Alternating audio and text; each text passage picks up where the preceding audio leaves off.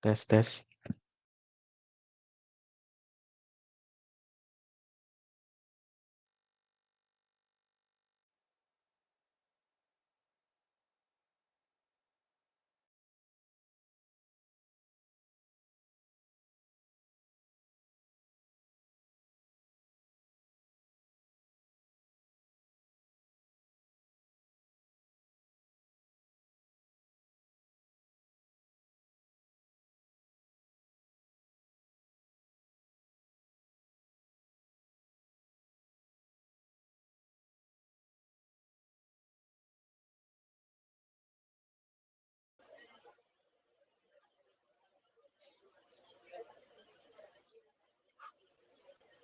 Gimana nih Bapak PJ?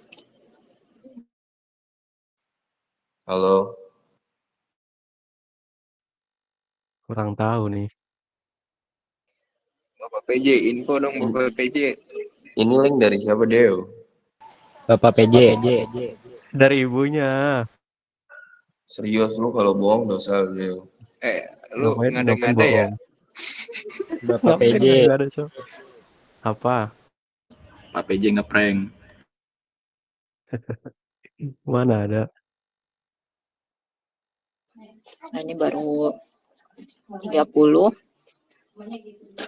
Ada 20. Tadi ada yang sempat udah join tapi belum di ACC yang ibu keluar tadi. Oke, baik. Berarti masih menunggu ya. Pembahasan sekarang mengenai transportasi ya. Sebelumnya ada yang sudah mengetahui tentang metode transportasi?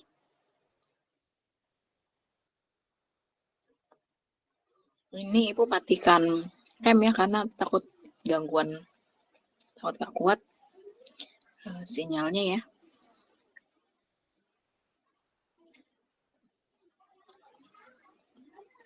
Mungkin teman-teman sudah mengetahui tentang transportasi. Boleh dijawab.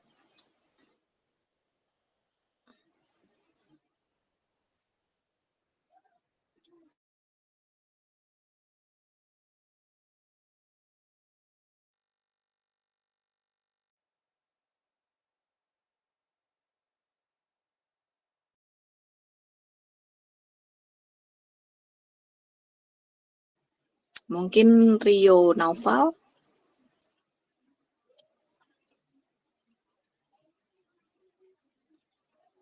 Bisa jawab tentang transportasi itu apa sih?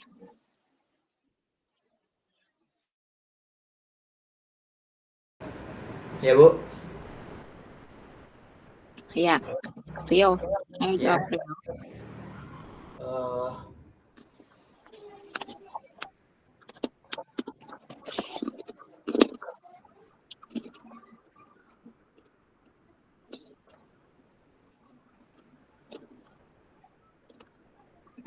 Untuk sampai ke suatu tempat, Bu.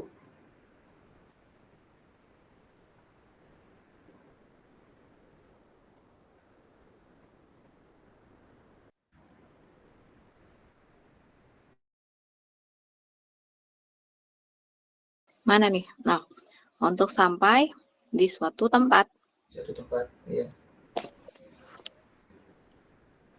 Lebih, katanya bisa lebih diperbanyak lagi, coba Mas.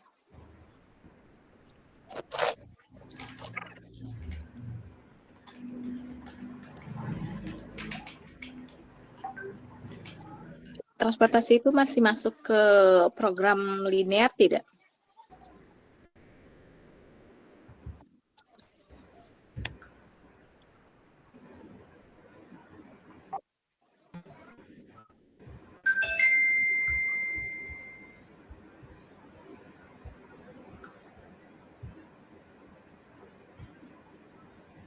Mungkin ada yang bisa bantu Rio mengenai. Ibu saya boleh bantu tentang definisinya nggak, Bu? Nambahin sedikit.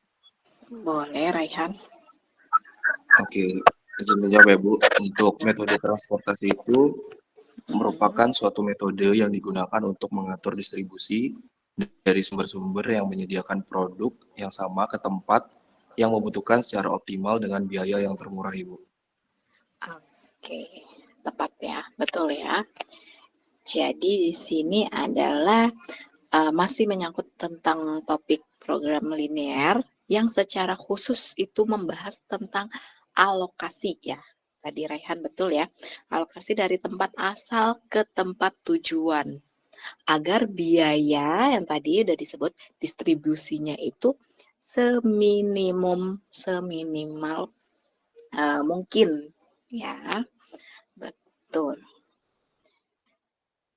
Jadi di sini banyak sekali kegunaannya nih dari metode transportasi.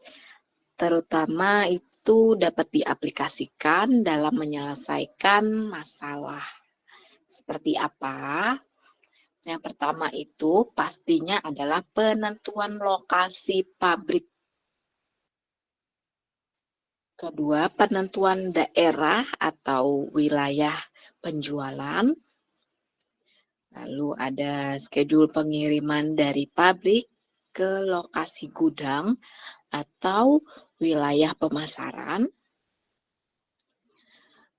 Lalu berikut yang keempat ada schedule produksi. Berikutnya dari penyelesaian masalahnya itu adanya penugasan karyawan atau penugasan mesin, alat-alat mesin. Lalu penyelesaian masalah berikutnya penempatan layout fasilitas atau penempatan alat-alat mesin. Itu juga bisa ya. Dan yang terakhir adanya seleksi proyek maupun subkontraktor. Ya, itu adalah kegunaan dari metode transportasi untuk aplikasikan dalam menyelesaikan masalah. Di dalam metode transportasi ini juga ada nih yang karakteristiknya. Karakteristiknya itu suatu barang dipindahkan dari sejumlah sumber ke tempat tujuan dengan biaya seminimum mungkin.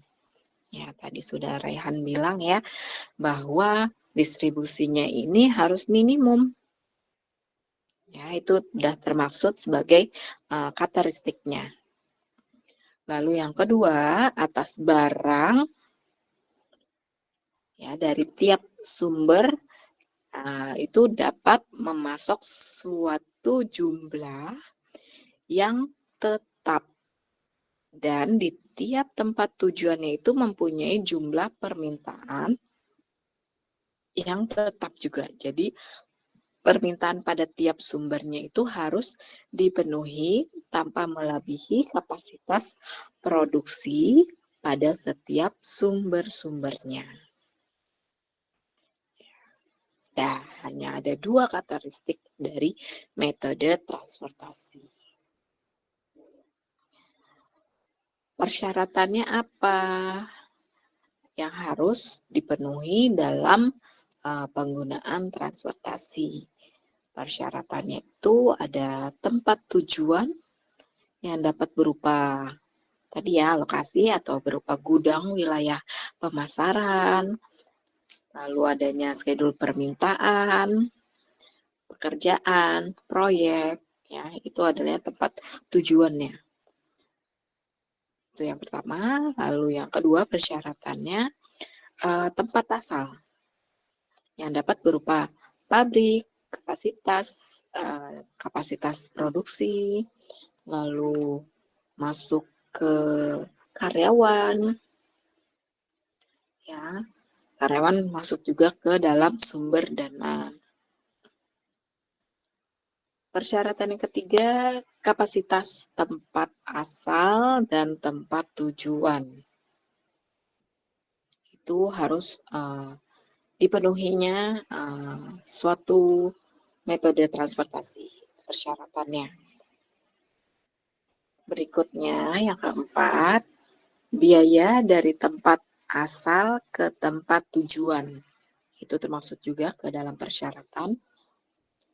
Dan yang terakhir kelima, adanya keseimbangan kapasitas tempat asal dan tempat tujuan. Keseimbangan kapasitas dari tempat semula, tempat asalnya, ke tempat yang dituju, tempat tujuan.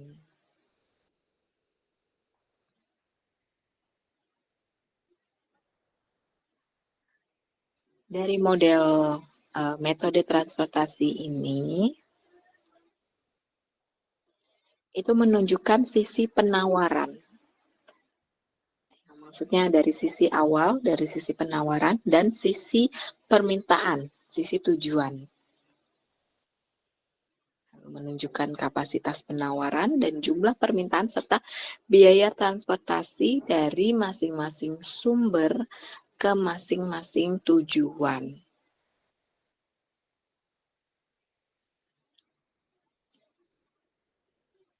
Kalau untuk formulasi model transportasi ini ya sama ya, seperti program linear juga. Jadi fungsi tujuan itu, simbolnya itu Z, itu mewakili total biaya transportasi untuk tiap rutenya.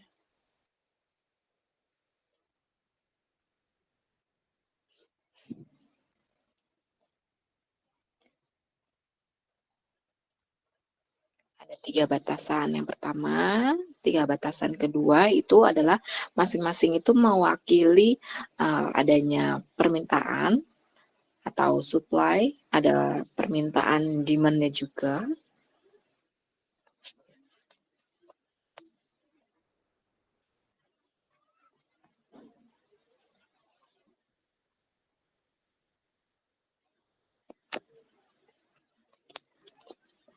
Metode transportasinya ini juga ada solusi transportation problems. Yang pertama, adanya solusi layak awal, di mana di sini ada 3 metode dari transportasi, yaitu ada 3 metode alternatif. Adanya MNC, lalu yang kedua ada metode biaya sel minimum, dan adanya MVA.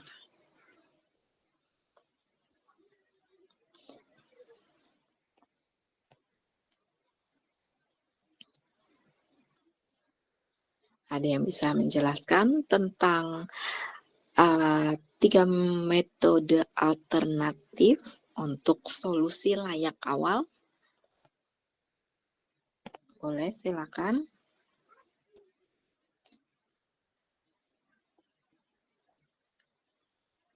Untuk Kevin, coba.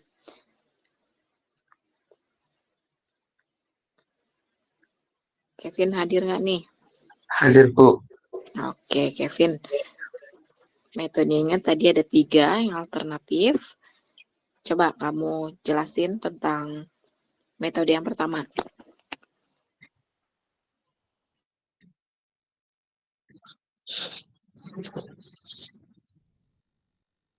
Sebentar, Bu.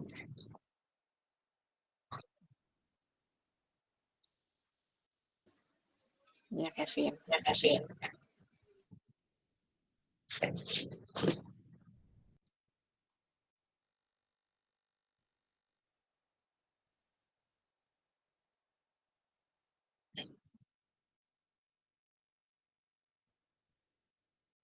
Oh iya, Bu, sebelumnya kalau misalnya alternatif itu dia sama seperti basis awal tidak ya, Bu? Sama. Oh, sama ya. Kalau dari materi yang saya dapat di Figma sebelumnya itu ada metode northwest corner atau seperti di atas. Kenapa, Bu? Maaf. Ya, betul. Ya, Lanjutin. oke. Saya lanjut. Untuk kelebihannya itu dia sederhana dan mudah dipahami dan cepat untuk mendapatkan solusi awal. Tapi kekurangannya itu jarang mendapatkan solusi optimal dan mempertimbangkan biaya transportasi itu rendah. Nah, oke. Selanjutnya yang kedua itu ada metode least cost atau biaya minimum. Itu dia kelebihannya memiliki kemungkinan lebih tinggi untuk menghasilkan solusi optimal dibandingkan metode yang di pertama tadi yang NWC. Dan kelebihan yang kedua ini memperhitungkan biaya transportasi terendah.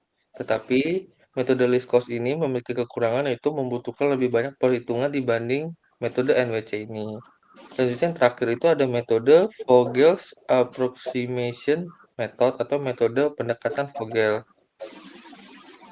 Memiliki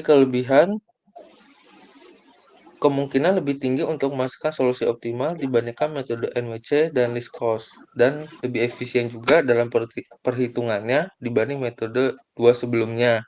Kekurangannya juga pasti akan lebih kompleks dibanding dua metode sebelumnya. Jadi lebih tepatnya lebih baik yang mana dari ketiga model ini? Model alternatif ya. Sebenarnya kalau menurut saya lebih tergantung sih Bu, karena semuanya memiliki kelebihan dan kekurangan. Karena kalau misalnya NWC yang pertama itu dia sederhana, cepat, tapi jarang optimal. Hasilnya tuh juga kurang optimal. Kalau misalnya metode least cost itu lebih optimal, tapi lebih banyak perhitungan. Kalau misalnya metode Vogel ini, keseimbangan antara kecepatan dan efisiensi itu cukup kuat, tapi lebih kompleks. Tapi menurut saya mungkin yang Vogel sih Bu. Karena Oke. kita juga mau mencari nilai yang optimal juga kan. Mm-mm. Tapi tergantung dari sisi permasalahannya juga, ya. Iya Bu. Tergantung dari permasalahannya kan nggak setiap permasalahan kita langsung bisa tebak. Oh, ambil yang metode alternatif biaya sel minimum aja gitu. Itu kan juga nggak, ya semuanya harus kita perkirakan juga ya. Harus kita ambil untuk perhitungan semuanya harus kita perhitungkan semuanya. Nanti baru bisa diambil kesimpulannya. Ya, seperti itu ya. Oke, Kevin cukup paham ya tentang metode alternatif. Selanjutnya itu adalah tadi kan ada solusi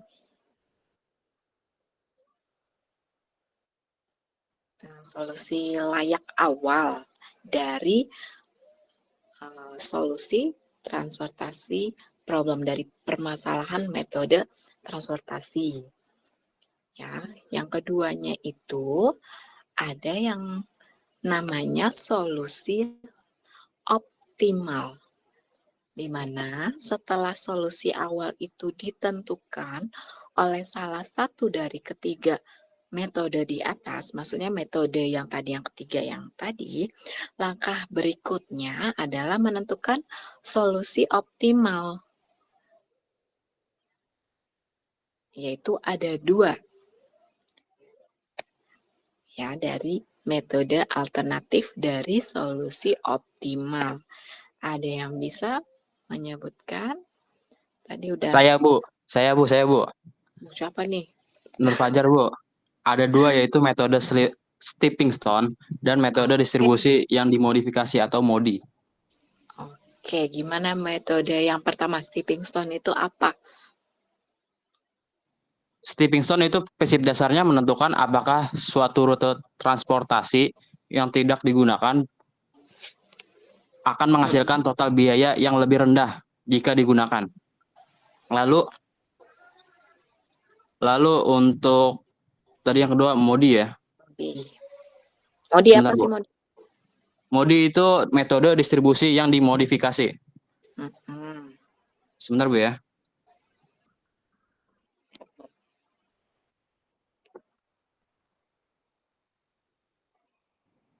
Nah, untuk MODI itu perubahan biaya pada sel ditentukan secara matematis tanpa mengidentifikasi lintasan sel-sel kosong seperti pada metode stepping stone. Ini yang lebih baik itu yang mana? Stepping stone atau si MODI? Menurut saya sih MODI Bu ya, karena dia secara matematis. Secara matematis. Iya Bu. Ada kekurangan? dari kedua metode dari solusi optimal ini?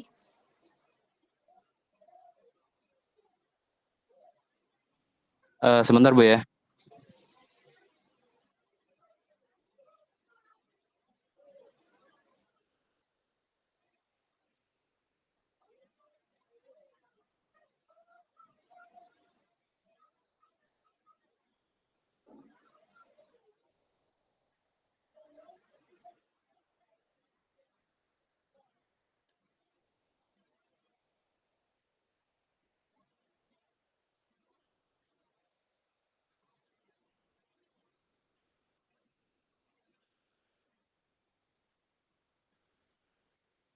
Kalau stepping stone paling kekurangannya membutuhkan waktu dan upaya lebih dalam.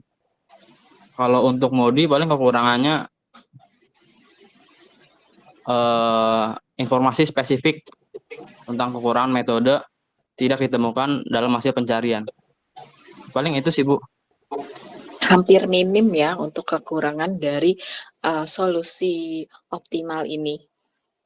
Ya, untuk kedua dari metode stepping stone dan Modi. Ya, untuk solusi optimal itu sangat minim. Karena mereka ini sudah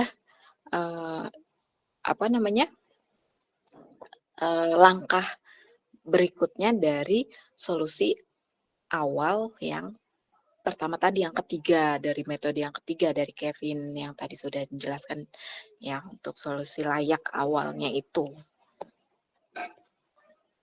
Ya, oke. Nur Fajar udah selesai belum nih kamu jelasinnya? Sudah Bu. Sudah. Oke. Terima kasih. Nah, itu tadi yang teman-teman sudah bantu menjelaskan, itu adalah tentang transportasi. Ya, kayaknya sih udah jelas ya untuk transportasi. Kalau transportasi itu ada ini nggak sih tidak seimbangnya? Ada yang bisa jawab untuk transportasi yang tidak seimbang? Saya Bu. Ada Bu, model transportasi yang tidak seimbang. Coba jelaskan. Oke. Tidak seimbang timbul apabila jumlah supply atau penawaran tidak sama dengan jumlah demand atau permintaan, yang bisa terjadi karena berkurangnya permintaan atau bertambahnya permintaan yang tidak terantisipasi sebelumnya. Oke. Itu antara ketidakseimbangan antara penawaran dengan permintaan. Ya, seperti itu ya. Contohnya itu seperti apa sih dari model transportasi tidak seimbang? Pada saat apa? Kalau dilihat dari nyatanya ya, siapa ini? Masahiro.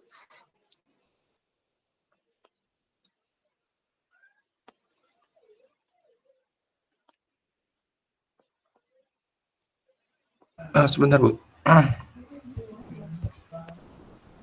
Contoh yang realnya dari kehidupan sehari-hari.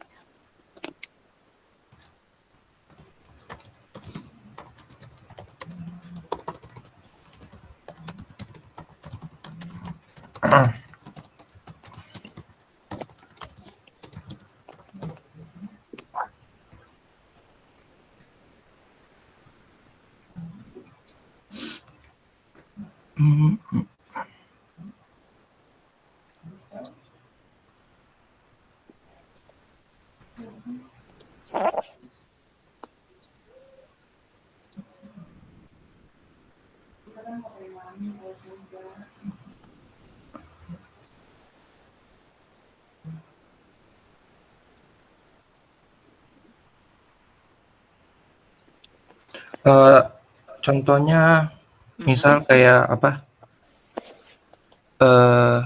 ada suatu bencana gitu, Bu.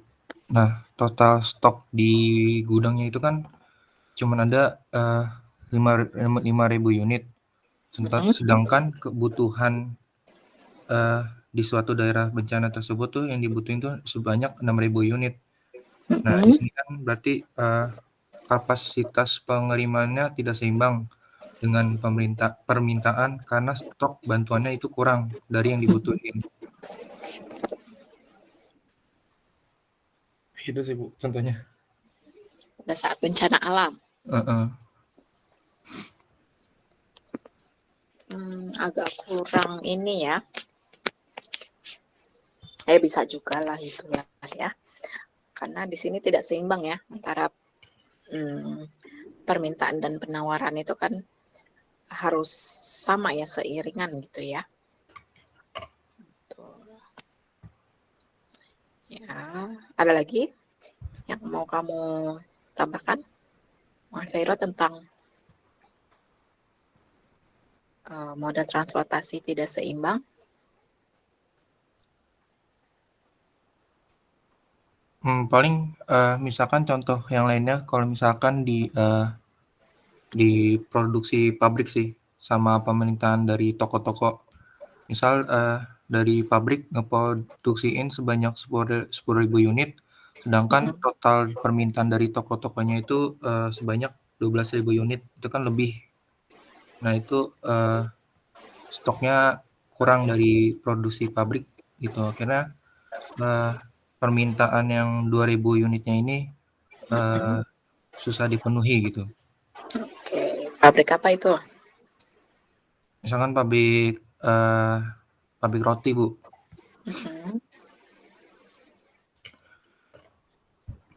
Ya, tidak bisa mendistribusikan produknya ya. Oke, baik. Makanya kalau misalkan ada produk sepatu atau baju fashion, maka dituliskan produk tersebut adalah unlimited, unlimited ya, bukan, Limited. iya, limited edition. Jadi hanya mengeluarkan 500.000 gitu. Jadi tidak semuanya pelanggan, customer, konsumen, tidak semuanya ya bisa memiliki. Jadi ya hanya 500.000-nya itu aja gitu ya. Seperti itu. Oke, baik. Sudah, Mas Zahiro? Sudah Ibu. Oke, baik. Ini dari tadi cowok terus yang menjawab. Ibu-ibunya pada kemana ini?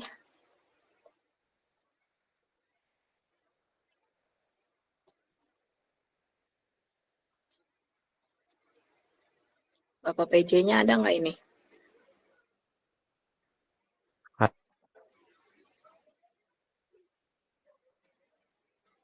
Hadir nggak? Hadir Bu, hadir. Oke, hadir. Tadi tolong bantu Ibu yang tadi menjawab, bisa di absen, diketik di ini aja nih, bisa tulis namanya. Oh, oke Bu. Nah, tadi Kevin, Masahiro, siapa lagi?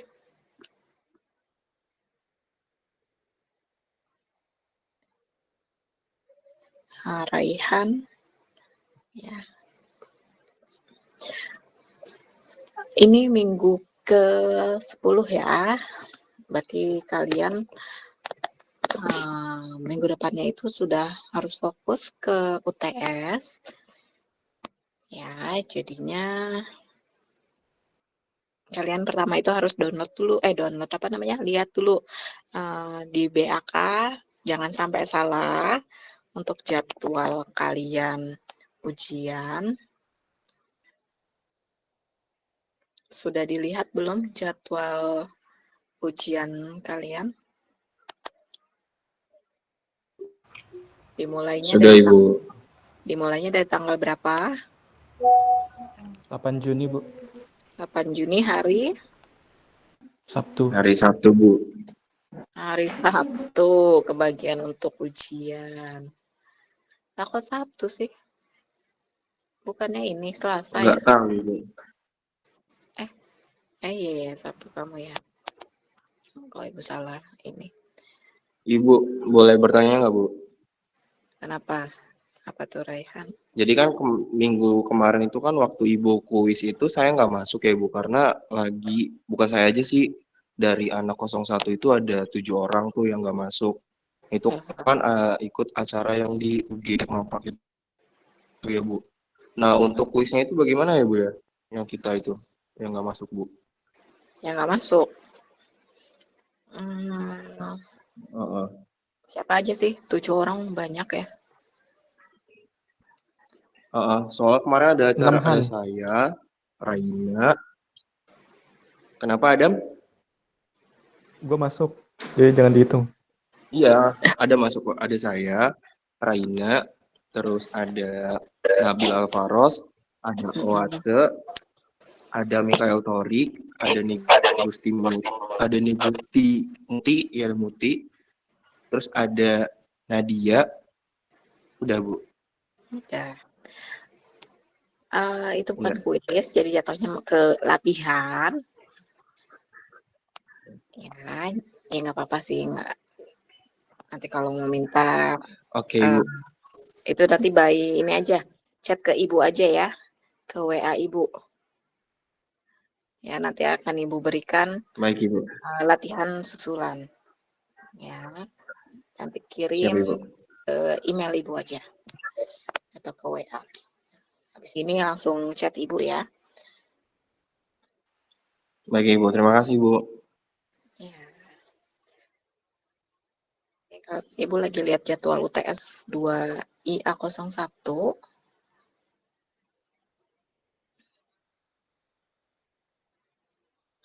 Ya benar ya, kalian di hari Sabtu ya.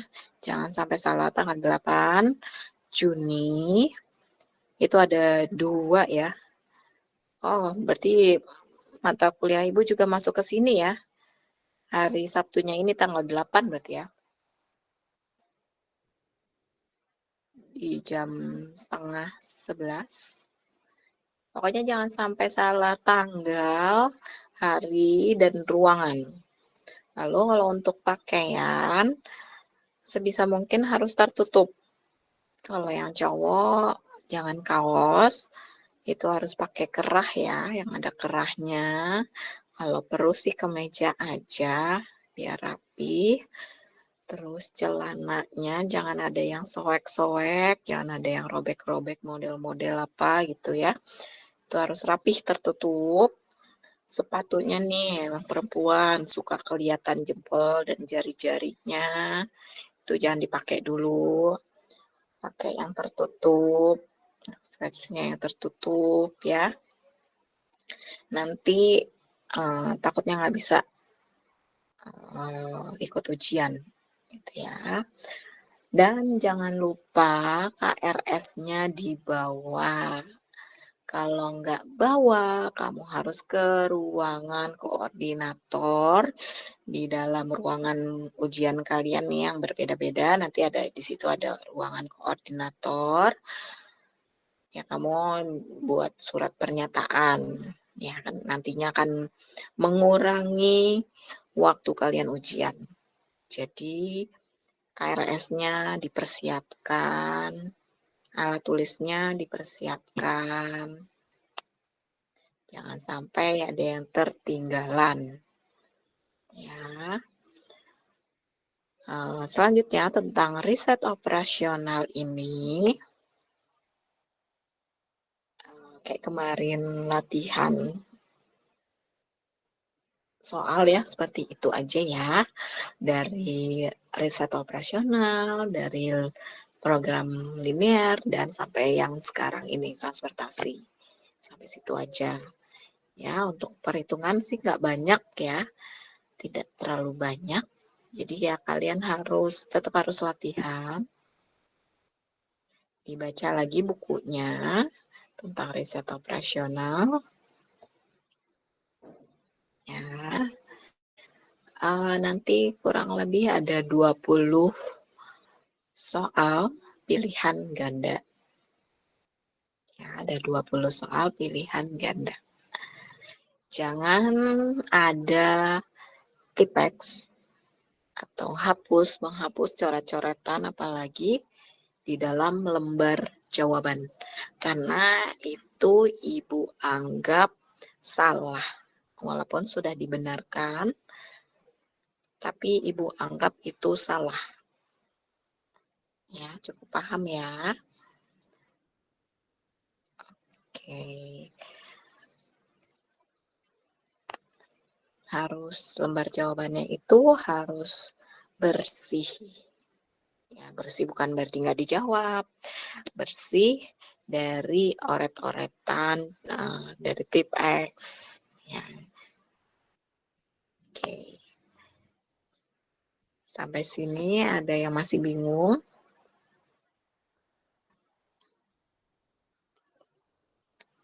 Ibu, untuk hitung-hitungannya itu materi apa ya, Bu? Kan kita hitung-hitungan itu seingat saya itu baru yang simplex, grafik, sama yang transportasi ini, Bu. Nah, itu kira-kira yang bakal keluar tuh model yang mana ya, Bu? Ya, di antara itu. Oke, Gampang. tapi dalam bentuk soal sederhananya ya, Bu ya? Betul, Ibu nggak mau mempersulit kalian. Biar nanti Oke. kalian lancar ya. Ibu nggak mau mempersulit anak-anak Ibu. Yang penting kalian berdoa, yaitu nggak lupa lah ya, namanya berdoa. Dan dalam ruangan ujian tidak boleh gaduh. Ya, harus menaati peraturan ujian dan menghormati setiap pengawas. Ya, bisa ya, seperti itu ya. Bisa, Ibu. Oke. Ada Oh lagi. iya, Bu, saya izin mau tanya lagi, Bu. Kan kita itu masih ada tugas kelompok ya, Bu ya, yang kemarin presentasi itu tuh bakal dilanjutin lagi sehabis UTS, atau nanti Ibu cuma ngumpulin PPT-nya aja, Bu? Tetap lanjutkan presentasi karena nilai individunya masih ada beberapa yang belum masuk. Ya, itu karena masih tetap ada penilaian individu dan penilaian kelompok dalam menyampaikan hasil diskusi. Seperti itu. Oh, baik, Bu. Sama ini, Bu, untuk materi atau PPT itu Ibu udah kasih ke PJ belum sih, Bu, yang materi dari awal sampai sekarang, Bu? Materinya. Udah ya, Bapak PJ ya? Belum, Bu. Lengkap. Belum. Ya, Belum, nanti untuk materinya. ya. Karena Ibu nggak bawa yang satu lagi yang laptop yang itu ya. Jadi nggak bisa sekarang Ibu kirim. Diingatkan aja ya Bapak PJ ya. Iya, Bu. Oke. Apalagi? Terima kasih, Bu. Dari saya udah cukup, Ibu. Udah. Sudah, Ibu. Oke. Kalau begitu sukses ya untuk UTS di semester ini. Jangan sampai nilainya itu menurunkan IPK kalian, karena menurunkannya itu sangat gampang, tapi yang menaikkannya itu susah, apalagi dalam mempertahankan IPK itu sulit ya. Ini untuk kelas 2IA 01 harus kompak, teman-temannya harus di dalam grupnya itu harus saling mengingatkan bahwa ujian kita tanggal sekian, jam sekian, jangan sampai lupa KRS-nya, harus saling mengingatkan seperti itu. Ya. Berangkat bareng-bareng, pulangnya juga harus bareng-bareng dalam keadaan sehat. Seperti itu. Udah cukup ya. Sampai di sini. Ibu akhiri. Atau ada yang mau masih ditanyakan? Tadi yang belum susulan nanti chat ke Ibu ya. Baik, Ibu. Oke. Kalau tidak ada lagi yang mau disampaikan, Ibu akhiri. Terima kasih teman-teman. Jaga kesehatan dan semangat untuk UTS yang kalian hadapi. Assalamualaikum warahmatullahi wabarakatuh. Waalaikumsalam. Waalaikumsalam warahmatullahi wabarakatuh.